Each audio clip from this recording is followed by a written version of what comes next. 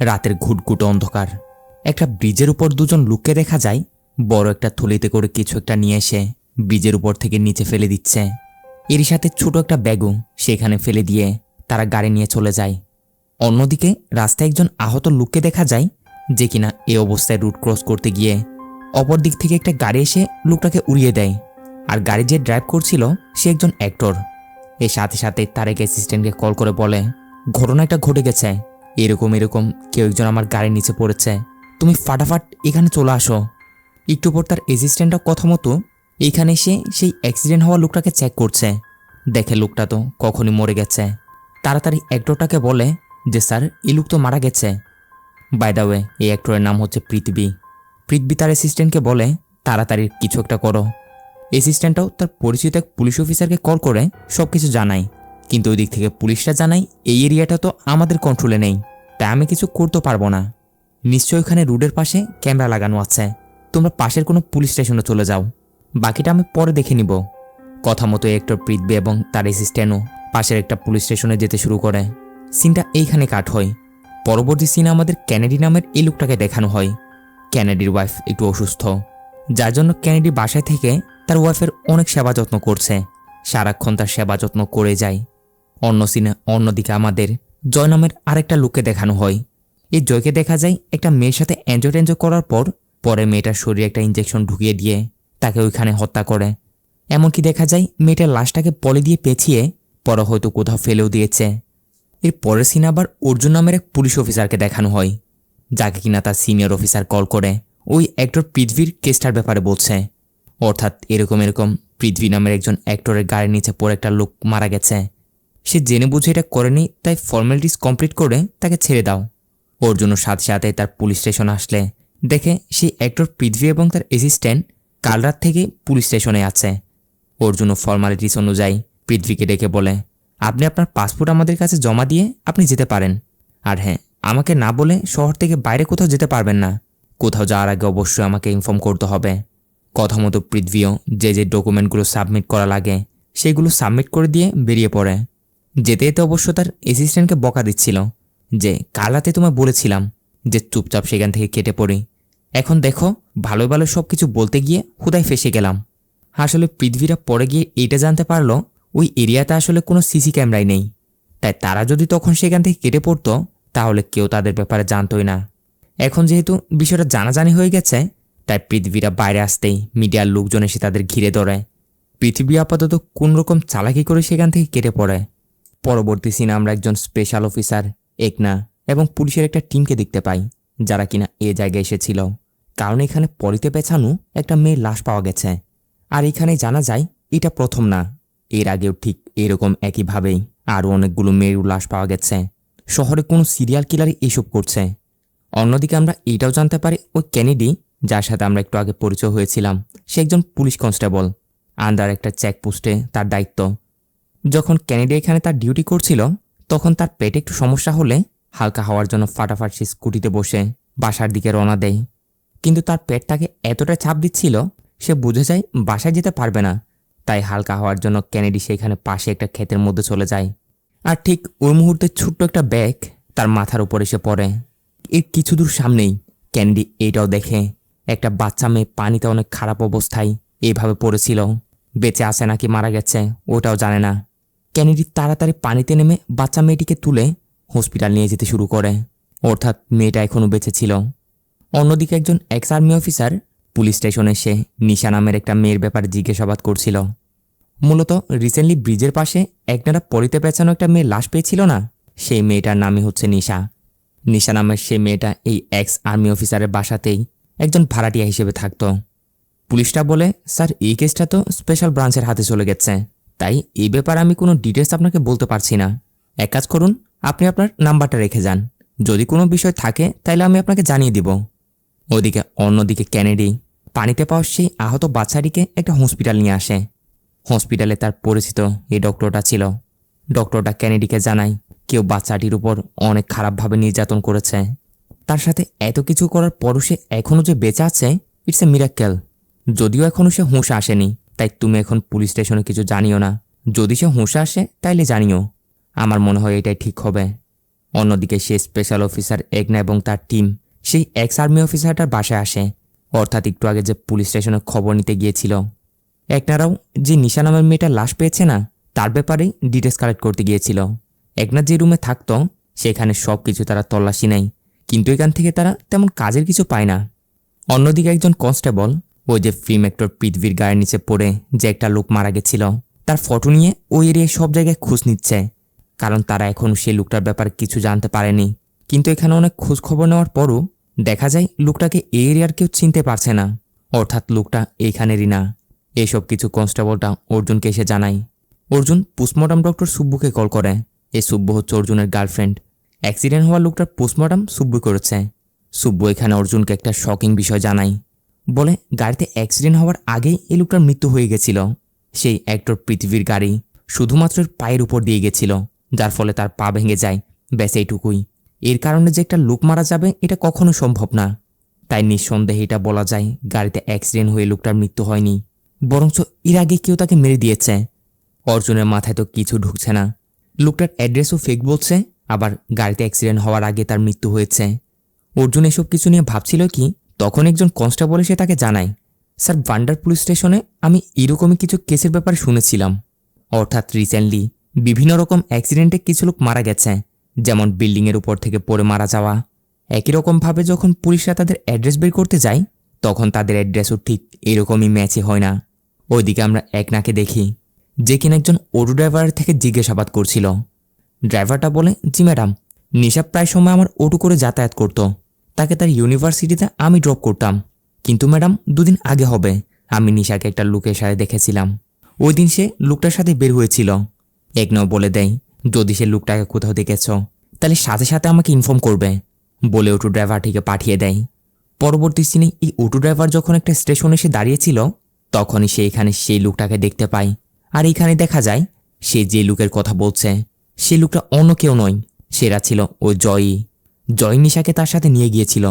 এখন এই auto driver কথা মতো সাথে সাথেই কল করে জানিয়ে দেয় যে ম্যাডাম, লোকটাকে আমি দেখেছি, আমি তাকে ফলো করে করে আপনাদের লোকেশন বলছি, আপনারা জলদি আসুন। এ তো এসব বলা নিয়ে বিজি ছিল। এদিকে জয় তার এসব কিছু শুনে নেয়। ব্যাস, সিনে এখানে কাট। হয়তো জয় অটো ড্রাইভারটিকেও কিডন্যাপ করে নিয়ে যায়। এদিকে একনারা অটো ড্রাইভারের লাস্ট লোকেশন চেক করতে করতে এসে দেখে এখানে তো কেউই নেই, সাথে তার মোবাইলটাও কানেক্ট হচ্ছে না, কলই ঢুকছে না। অন্যদিকে আমরা সেই জয়কে দেখি যে কিনা অন্য আরেকটা মেয়ের সাথে ওসব করছে। ঠিক ওই সময় একটা অ্যাড কোম্পানি থেকে একটা মেয়ে তার কাছে কল করে। মূলত জয় ছিল একজন ফটোগ্রাফার, তাই ফটোশ্যুটের জন্যই তাকে কল করা হয়েছে। এদিকে জয় তো এই মেয়েটার সাথে এসব করার পর একেও সেমভাবে একটা ইঞ্জেকশন দিয়ে জানে শেষ করে দেয়। তারপর দেখা যায় বড় একটা কার্টুনের মধ্যে মেয়েটাকে ওইখানে ভরে ট্যাপ দিয়ে কার্টুনটা প্যাক করে ফেলা হয়। অন্য আরেক থানার পুলিশ অফিসারকে ডেকে ওই কেসের ব্যাপারে কথা বলছে, অর্থাৎ ওই অ্যাক্টর পৃথিবীর অ্যাক্সিডেন্টের ওই কেসটা, যে মৃত ব্যক্তির কোনো আইডেন্টিটি নেই। আমি শুনেছি তোমাদের পুলিশ স্টেশনেও এরকমের কিছু কেস এসেছিল। এ বলে, হ্যাঁ, রিসেন্টলি এরকমের কিছু কেস আমাদের সেখানেও এসেছিল। অ্যাক্সিডেন্টের পর কেউ বডি নিতে আসেনি। এর উপর বডির কাছ থেকে যে আধার কার্ডটা পাওয়া যায় ওটা ম্যাচ করে দেখা হলে দেখা যায় সেটা ফেক। এরকমটা শুনে অর্জুন এই শহরে আরও যতগুলো থানা আছে ওইখানেও কল করে খবর নেয় যে সেগুলো তো কোনো এরকমের কেস এসেছিল কিনা, আসলে সেগুলোর ডিটেলস যেন তাকে সেন্ড করে। অর্থাৎ এরকমের আনক্লেম ডেড বডির কেসগুলো, যারা কোনো দুর্ঘটনায় মারা যাওয়ার পর কেউ আর তাদের বডি নিতে আসে না, অথবা তাদের অ্যাড্রেস চেক করার পর গিয়ে দেখা যায় সেগুলো ফেক এরকমের। ওইদিকে আমরা পরবর্তী সিনে ক্যানেডিকে দেখি, যে কিনা ডিনার করতে গিয়ে ও যে বাচ্চা মেয়েটিকে সে জঙ্গলে খুঁজে পেয়েছিল না, তার ব্যাগের কথা মনে পড়ে। তাড়াতাড়ি সে ব্যাগটা নিয়ে ওটা চেক করতে শুরু করে। এর মধ্যে কিছু বই, কিছু ডায়েরি এরকমই জিনিসপত্র রাখা ছিল। ডায়েরির পাতায় কিছু আজব আজব ড্রয়িং আঁকা, একটা পাতায় আবার জিসমাত এরকমের একটা নাম লেখা, যেগুলো দেখে ক্যানেডির মাথায় তো কিছু ঢুকে না। অন্যদিকে পরবর্তী দিন সকালে অর্জুনকে দেখা যায় যে আনআইডেন্টিফাই বডির কেসটা তার কাছে এসেছিল, তার ব্যাপারে খোঁজ নিচ্ছে। মৃত ব্যক্তির নাম ছিল আলতাপ। অনেক খোঁজ খবর নেওয়ার পর এখানে পাশে একটা কনস্ট্রাকশন সাইডে এসে জিজ্ঞাসা করতেই অর্জুন জানতে পারে এই আলতাপ এখানে কাজ করত, সেইখানের জাস্ট একজন ওয়ার্কার ছিল। এইভাবে ইনভেস্টিগেশন করতে করতে অর্জুন একটা অর্গানাইজেশনে গিয়ে পৌঁছায়। এই অর্গানাইজেশনের আন্ডারেই কিছু কনস্ট্রাকশনের কাজ হয়ে থাকে। আর আলতাফ যে কনস্ট্রাকশনে কাজ করত সেটাও হচ্ছিল এই অর্গানাইজেশনের আন্ডারেই। তো অর্জুন এসে এখানের ম্যানেজারটিকে জিজ্ঞাসা করে, আপনাদের কনস্ট্রাকশন সাইডে কিছু লোক অ্যাক্সিডেন্টলি মারা গেছে, কিন্তু বডি কেউ ক্লেমই করেনি, ওপর থেকে তাদের অ্যাড্রেসও ফেক। ম্যানেজার বলে, স্যার এই বিষয়ে আমি সঠিক তো বলতে পারছি না, ওই সাইডের কন্ট্রাক্টরের সাথে কথা বলতে হবে। অন্যদিকে আমরা ক্যানেডিকে দেখি, যে কিনা প্রত্যেক দিনের মতো চেকপোস্টে সেখানে তার ডিউটি করছিল। এখানে সুনীল নামের একটা ড্রাইভার এদিক দিয়ে যাওয়ার সময় সে ক্যানেডির কাছে এসে তাকে ধন্যবাদ জানাতে শুরু করে, বলতে শুরু করে, স্যার আপনার জন্য আমি চাকরিটা পেলাম, একটা ফ্রুট সাপ্লাই কোম্পানিতে একজন ড্রাইভারের চাকরি পেয়েছি। এ নিন স্যার, খাবারের বক্সটা আমি আপনার জন্য রেখে গেলাম, ভাবিজিকেও দিয়েন। বলে সে খাবারের একটা বক্স ক্যানেডির জন্য রেখে সেখান থেকে চলে যায়। এর কিছুক্ষণ পরেই ক্যানেডির ডক্টর বন্ধুটা তাকে কল করে ডাকে, বলতে শুরু করে, ক্যানেডি আজকাল ফিভারের সময় চলছে, আমার হসপিটাল পেশেন্ট দিয়ে পুরো ভর্তি, আর তুমি তো জানোই ছোটোখাটো ক্লিনিকে আমার, তাই এই বাচ্চাটাকে এখান থেকে তোমার অন্য কোথাও নিয়ে যেতে হবে। এক কাজ করো, এটাই ভালো হয়, একে তুমি তোমার বাসায় নিয়ে যাও, এর যা যা প্রয়োজন সেগুলো আমি তাকে দিয়ে দিয়েছি, আর যখন যখন প্রয়োজন হয় আমি তোমার বাসাতে গিয়ে চেক আপ করে আসবো। এখন ক্যানেডির কাছেও বাচ্চাটিকে তার বাসাতে নিয়ে যাওয়া ছাড়া আর কোনো উপায় নেই। অন্যদিকে আমরা সেই কিলার জয় এবং সেই অ্যাড কোম্পানির মেয়েটাকে দেখি, এরা এখানে কাজের ব্যাপারে কথা বলছিল। জয় মেয়েটার ল্যাপটপ থেকে একটা মেয়েকে সিলেক্ট করে, বলতে শুরু করে, পরবর্তী অ্যাড শ্যুট করার জন্য আমার এই মেয়েটাই প্রয়োজন, এই মডেলটাকে সিলেক্ট করো। মেয়েটাও বলে, ঠিক আছে, তুমি যাকে সিলেক্ট করবে তাকেই তো নিতে হবে, এখন চলো আমরা কিছু ইটিস পিটিস করি। বলেই দুজন রুমে এসে বিজি হয়ে যায়। কিন্তু এসবের পরেই প্রত্যেকবারের মতো জয় একেও ইঞ্জেকশন দিয়ে হয়তো মেরে দেয়। আর পুলিশও প্রত্যেকবারের মতো এবারও শুনশান কোনো জায়গায় মেয়ের ডেড বডি খুঁজে পায়। এদিকে জয় ওই মডেল মেয়েটার সাথে দেখা করে তাকে কাজের ব্যাপারে বলতে শুরু করে। মূলত এই জয় ছিল অনেক ফেমাস একজন ফটোগ্রাফার, সবাই তাকে ক্যালেন্ডার জয় বলে ডাকে। অন্যদিকে ক্যানেডি বাসায় এসে ক্যান্টিনের একজন ড্রাইভার সুনীল তাকে একটা খাবারের বক্স দিয়েছিল না, ওটা খুলে দেখছিল। কিন্তু এটা খুলতেই এইখানে দেখা যায় এর ভিতরে কোনো খাবার না, উপরে অল্প কিছু ফ্রুটস দিয়ে নিচে লোহার বিভিন্ন রকমের পার্টস রাখা ছিল। যে পার্টসগুলো এক জায়গায় করার পর ক্যানেডি দেখে এইসব পার্টগুলো ছিল কোনো পিস্তলের পার্ট, অর্থাৎ এরা ফ্রুট সাপ্লাই কোম্পানির নাম দিয়ে ভিতরে এই জিনিসগুলো সাপ্লাই দিচ্ছিল, যেটা ওই ড্রাইভার সুনীল নিজেও জানে না। তাই সে নিজের অজান্তেই খাবারের বক্স মনে করে ক্যানেডিকে বক্স একটা দিয়ে দিয়েছে। এর সাথে সাথে সুনীল কল করে ক্যানেডিকে বলতে শুরু করে যে, স্যার আমার একটা ভুল হয়ে গেছে, আপনাকে যে খাবারের একটা বক্স দিয়েছি না, এটার জন্য বস আমায় অনেক বকাঝকা করছে, তাই আপনি কিছু মনে না করলে ফ্রুটের সেই ট্রাইটা আমাকে আবার দিয়ে দিতে হবে স্যার। ক্যান্ডি বলে, ঠিক আছে সুনীল, এখন তো আমি বাসায় নেই, এক কাজ করো, ট্রেটা আমি বাসার বাইরে রেখে দিব, এসে নিয়ে যেও।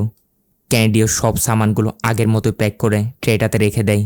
কথা মতো ট্রেটাও তার বাসার বাইরে রেখে সে এক জায়গায় গিয়ে লুকিয়ে পড়ে, নজর রাখতে শুরু করে। একটু পর দেখা যায় ড্রাইভার সুনীল এবং তার সাথে আরও একজন লোক কথা মতো ক্যান্ডির বাসার সেখানে সে লোকটা ট্রেটা থেকে সামানগুলো নিচ্ছিল। ক্যান্ডি এদিকে সব কিছু ভিডিও করে রাখছে। এই লোকটা তো পিস্তলে সে পার্সগুলো নিয়ে সেখান থেকে চলে যায়। ক্যানেডি মনে মনে ভাবে এই সুনীলকে ডেকে জিজ্ঞাসাবাদ করতে হবে যে সত্যি কি সে যে কোম্পানিতে কাজ করে তারা খাবার সাপ্লাই করে নাকি অন্য কিছু। কথা মতো পরবর্তী দিন ক্যানেডি যখন তার ডিউটিতে ছিল, অর্থাৎ চেকপোস্টে সেখানে, তখন প্রত্যেক দিনের মতো আজকেও সুনীল কোম্পানির গাড়ি নিয়ে সেখান দিয়ে যাচ্ছে। ক্যানেডি সুনীলকে তার কাছে ডাক দেয়, বলতে শুরু করে, সুনীল আমাদের ঘরে ছোটখাটো একটা পুজো আছে, তোমার ভাবি তোমাকে দাওয়াত করতে বলেছে, তুমি তোমার ওয়াইফকে নিয়ে অবশ্য চলে আসবে কিন্তু। সুনীলও বলে, ঠিক আছে স্যার, অবশ্য আসবো। অন্যদিকে অন্য সিনে আমরা অর্জুনকে দেখি, যে কিনা তার কেসটা ইনভেস্টিগেশন করতে করতে একটা ফটোকপির দোকানে এসে পৌঁছায়। কারণ অর্জুনরা জানতে পেরেছে সেই যে আনআইডেন্টিফাই বডিগুলো, অর্থাৎ যারা অ্যাক্সিডেন্টলি মারা গেছিল, তাদের সেই ফেক আধার কার্ডগুলো এই দোকান থেকে প্রিন্ট করা হয়েছিল। অর্জুন এটা ধরে নিয়েছে সে সব আধার কার্ডগুলো ফেক ছিল। এখন দোকানের এই লোকটা অর্জুনকে বলে, স্যার আপনারা আমাকে এইভাবে নিয়ে যেতে পারবেন না, আপনারা জানেন আমার ওপর কাদের হাত আছে। পুলিশরা বলে, আবে থানায় চল, আগে আগে তোকে সাইজ করব, এরপর তোর উপরে যারা বসে আছে তাদেরকেও। বলে তার আগে থানায় ধরে নিয়ে যায়। সাথে এর সাথে যার যার হাত আছে অর্জুনরা তাদের ব্যাপারেও খোঁজ লাগায়, কিন্তু কাউকে পায় না, সবাই পালাতক। যাই হোক, অন্যদিকে সেই রাতে ক্যানেডির বাসায় সুনীল তার বউকে নিয়ে দাওয়াতে আসে। সুযোগ বুঝে ক্যানেডি সুনীলকে সাইডে নিয়ে গিয়ে ধরে তাকে ভয় দেখিয়ে জিজ্ঞাসা করতে শুরু করে যে ফ্রুটের ট্রায়ের ভিতর পিস্তলের ওই পার্টগুলো কোত্থেকে আসছিল, তোমরা এগুলো কবে থেকে সাপ্লাই করছো। কিন্তু এখানে দেখা যায় সুনীল এই ব্যাপারে কিছু জানেই না। সে বলে, বিশ্বাস করুন স্যার, আমার কাজ শুধু ফ্রুটগুলো ডেলিভারি করা। এর ভিতরে তো দিন কী যাচ্ছে না যাচ্ছে এই ব্যাপারে আমি কিছু জানি না। ক্যান্ডি বলে, ঠিক আছে, এবার থেকে তুমি তাদের উপর নজর রাখবে। জিনিসগুলো কোথায় যাচ্ছে, কে নিয়ে যাচ্ছে, সব কিছু আমাকে ইনফর্ম করবে। এইভাবেই এসব কিছুর পর সুনীল এখানে ক্যান্ডির বাসায় ওই আহত বাচ্চা মেয়েটিকে দেখতে পায়, যাকে দেখা মাত্র সুনীল বলে ওঠে, আরে স্যার, এই মেয়েটা, আপনারা এখানে কি করছে? এই মেয়ে তো একটা হোটেলে কাজ করে, হঠাৎই একদিন কোথাও গায়েব হয়ে যায়। কিন্তু এই বাচ্চা আপনারা এখানে?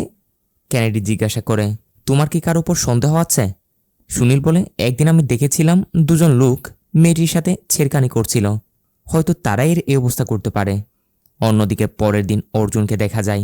শহরের একজন মিনিস্টার অর্জুনকে ডেকে তাকে হুমকি দিচ্ছিল, কারণ অর্জুন কেসটার তদন্ত করতে করতে এই মিনিস্টারের নামও সেখানে জড়িয়ে নিয়েছে। এ যতই অর্জুনকে হুমকি দিক না কেন, অর্জুনের ধমকানিতে ভয় পায় না, সোজা বলে দেয় সে তার মতো করে তদন্ত করে যাবে। এতে যার নাম সামনে আসবে সে তাদের বিরুদ্ধে ব্যবস্থা নেবে। ওইদিকে সেই সিরিয়াল কিলার জয়কে দেখা যায়, যে কিনা একটা পাবে গিয়ে ওই মডেল মেয়ে জেনির সাথে দেখা করে। এখন জয় তো আগে থেকে ছিল লুচ্চা, হাই হ্যালো করতে গিয়ে সে জেনিকে জড়িয়ে ধরে ফেলে। এখন জেনির সাথে সেইখানে জেনির বয়ফ্রেন্ডও ছিল, যে কিনা এইটা দেখে জয়ের উপর যায় ক্ষেপে, জয়কে ধরে মারতে শুরু করে আর বলে দেয়, জেনি থেকে তুমি দূরে থাকো। এসব হওয়ার পরবর্তী দিন যখন জেনিদের অ্যাডের শ্যুট হচ্ছিল, তখন জয় অভিমান করে জেনির সাথে কথা বলছে না। জেনি অনেক চেষ্টা করে তার সাথে কথা বলার, তার বয়ফ্রেন্ডের তরফ থেকেও অনেক সরি টরি বলে, আর এইভাবে সরি বলার পরেই জয় অ্যাডের জন্য ফটোশ্যুট স্টার্ট করে। ওইদিকে আজ ছিল অর্জুন এবং তার গার্লফ্রেন্ড সুব্বুর এঙ্গেজমেন্ট। যখনই তারা এঙ্গেজমেন্টের সব প্রস্তুতি করছিল কি, তখনই এখানে অর্জুন জানতে পারে তাকে নাকি ডিপার্টমেন্ট থেকে সাসপেন্ড করে দেওয়া হয়েছে, যার ফলে অর্জুন আপাতত এঙ্গেজমেন্টটা বন্ধ রাখে। সুব্বুদের বলে যে আমাকে কোনো কারণ ছাড়াই সাসপেন্ড করে দেওয়া হয়েছে, এইসবের যতক্ষণ না আমি হাল বের করে আমার চাকরি ফিরে পাচ্ছি ততদিন এঙ্গেজমেন্টটাও স্টপ থাকবে। অর্জুনের গার্লফ্রেন্ড সুব্বুও তাকে ফুল সাপোর্ট দেয়। এইটুকুতে এসে অর্জুন এটা তো বুঝে নিয়েছে ওই অ্যাক্সিডেন্টগুলো এবং বেওয়ারিশ লাশগুলোর পিছনে কোনো না কোনো বড় একটা রহস্য তো লুকিয়ে আছেই, উপরের কারো হাত তো রয়েছেই। তাই সেই রহস্য সমাধান করার আগে আগেই তাকে সাসপেন্ড করিয়ে দিয়েছে। ওইদিকে সে মডেল জেনি এবং জয় অ্যাডের শ্যুট কমপ্লিট করার পর একটা রেস্টুরেন্টে গিয়ে দেখা করে।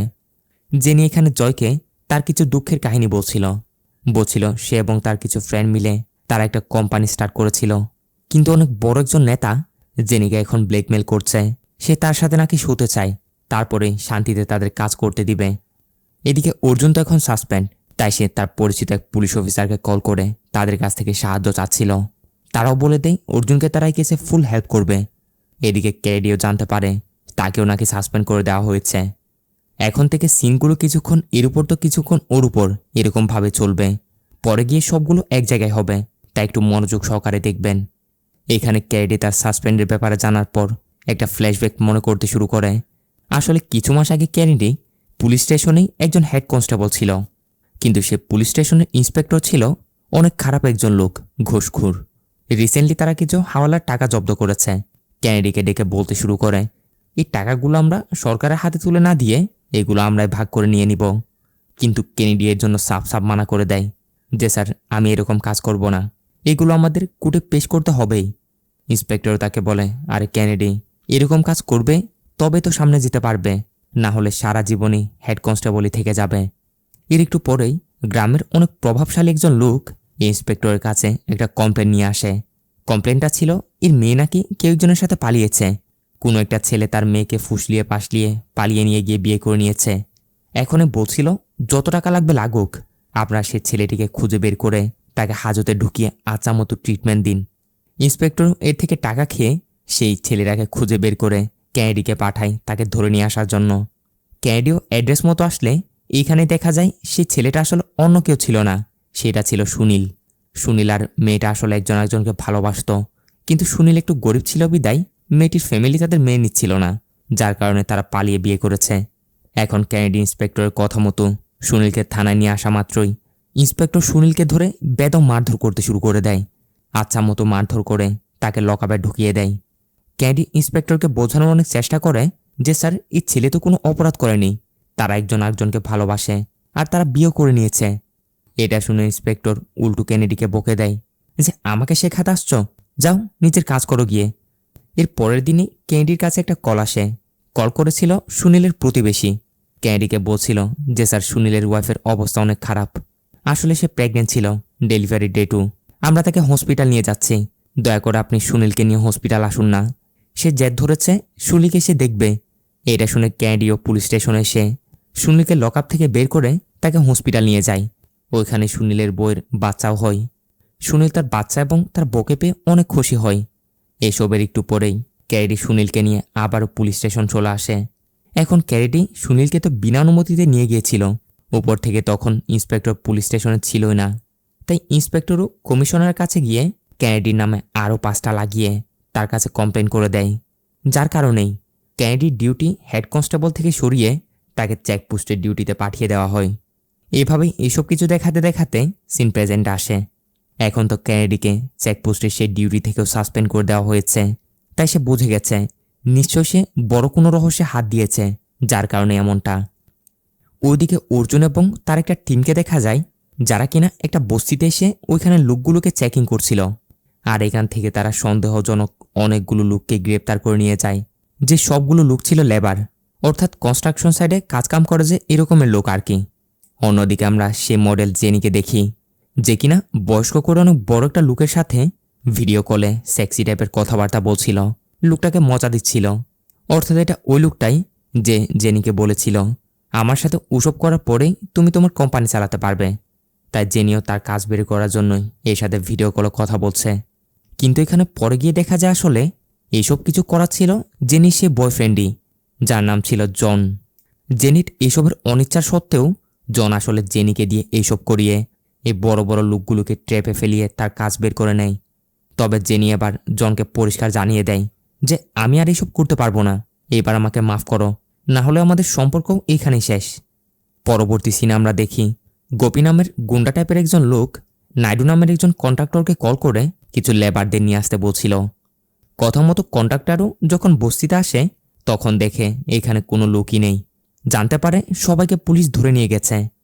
আসলে এই নাইডুই এই লোকগুলোর ফেক আধার কার্ড বানিয়ে তাদের এখানে কনস্ট্রাকশনের কাজে নিয়ে যেত তার কাছে গোপীর অর্ডার আসলেই।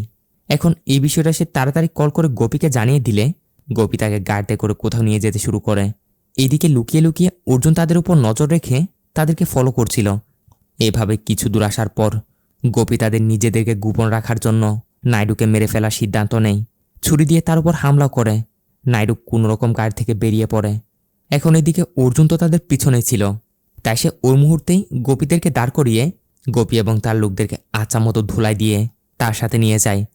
অন্যদিকে জয় জেনির কাছে এসে তাকে বলতে শুরু করে যে লোকটা তোমাকে ব্ল্যাকমেল করছিল তাকে আমি আচ্ছা মতো শিক্ষা দিয়ে দিয়েছি, সে আর তোমার কাছে বাধা দিবে না। এখন জয়ের এরকম কাজ দেখে জেনি তার প্রতি আসক্ত হয়ে যায়। আর দুজনে এখানে ঘনিষ্ঠ হওয়ার পর দেখা যায় জয় সুযোগ বুঝে জেনিকেও একটা ইঞ্জেকশন লাগিয়ে দিচ্ছে। যার পরবর্তী দিনই জেনি বয়ফ্রেন্ড জন পুলিশ স্টেশনে এসে কমপ্লেন করতে শুরু করে যে স্যার, কাল থেকে আমার গার্লফ্রেন্ড জেনি কোথাও মিসিং, তাকে খুঁজে পাওয়া যাচ্ছে না। পুলিশরাও তদন্ত করার পর গিয়ে জনকে জানায় জেনি সুস্থ আছে, একটা হসপিটালে তার ট্রিটমেন্ট চলছে, তুমি হসপিটাল গিয়ে তার সাথে দেখা করতে পারো। অন্যদিকে ওই গুন্ডা গোপীকে দেখা যায়, যাকে অর্জুন ধরে নিয়ে এসেছিল। গোপী হুঁশে আসার পর জানতে পারে সুব্বু তার একটা কিডনি বের করে নিয়েছে। অর্জুনের সাথে সাথে সুব্বু এখানে ছিল। অর্জুন গোপীকে ভয় দেখাতে শুরু করে যে আমি এমনিতেও তোমাকে মেরে দিব, একটা একটা করে তোমার সবগুলো অঙ্গ বের করে ডোনেট করে দিব, যদি তুমি তোমার মুখ না খুলেছ তাহলে ওই রকম মৃত্যু দিব তোমায়। ভয়ে গোপীও এখানে সব কিছু বলতে শুরু করে। বলে স্যার, কলকাতা থেকে কিছু লোকদের কাজের লোভ দেখিয়ে এখানে নিয়ে আসা হয়, তারা কাজের সন্ধানেই আমাদের কাছে আসে, আমরা তাদের ফেক আইডি বানিয়ে তাদের বিভিন্ন কাজে লাগিয়ে দিই, বিশেষ করে কনস্ট্রাকশন সাইডে। এরপর গিয়ে বড় বড় নেতারা তাদের কাজে এদেরকে ব্যবহার করে, যেমন কারো মার্ডার করানো, কাউকে লুটপাট করা, আর কাজ করিয়ে নেওয়ার পর তাদেরকে শেষ করিয়ে দেয়।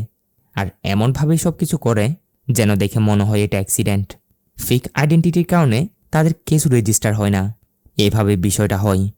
অন্যদিকে আমরা ক্যারিডিকে দেখি, যে কিনা তার ভেষভূষ চেঞ্জ করে ও ছোট মেয়েটার যে হোটেলটাতে কাজ করত ওইখানে গিয়ে তল্লাশি নিচ্ছে। এখানে তল্লাশি নিতে নিতে ক্যারিডি এখানে একটা গোপন আস্তানার ব্যাপারে জানতে পারে, যেটা ছিল নিচে আন্ডারগ্রাউন্ডে। অন্যদিকে সে স্পেশাল অফিসার একনা কিছু লোকদের গ্রেপ্তার করেছে। জানা যায় কিছুদিন ধরেই কিছু ইন্টারন্যাশনাল স্টুডেন্ট এমপ্লয়ি তারা মিসিং হয়ে যাচ্ছিল। সেই মিসিংয়ের আদালতেই একনায়দের গ্রেপ্তার করেছে। এইখানে আমরা আরও একটা বড়সড় রহস্য জানতে পারি। আসলে এতক্ষণ যে জয়কে আমরা কিলার ভেবে আসছিলাম, সে জয় আসলে একজন পুলিশ অফিসার। সেও একনার সাথে মিলে কেসটা আনঅফিসিয়ালি তদন্ত করছিল।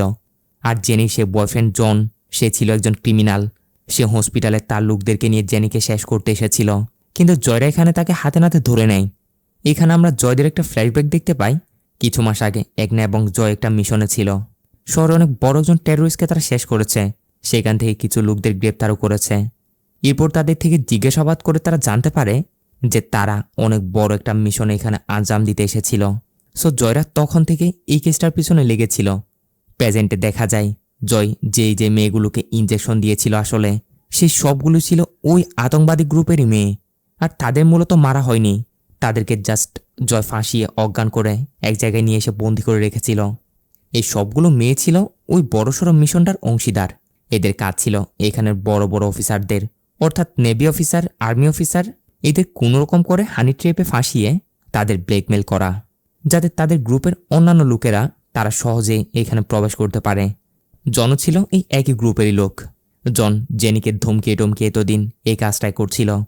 অন্যদিকে কেটি কমিশনারের কাছে এসে সে যা যা কিছু জেনেছে সব কিছু কমিশনারকে বলে। কমিশনার ক্যান্ডির কথা শুনে এবং তার আত্মবিশ্বাস দেখে তাকে তার চাকরি ফিরিয়ে দেয়, সাথে তাকে এই কেসটার আরও গভীরে যাওয়ার জন্য একটা টিমও দেয়। অন্যদিকে অর্জুন যে কেসটা সলভ করেছে তার হায়ার অফিসারের কাছে গিয়ে ওসব কিছু বলছিল।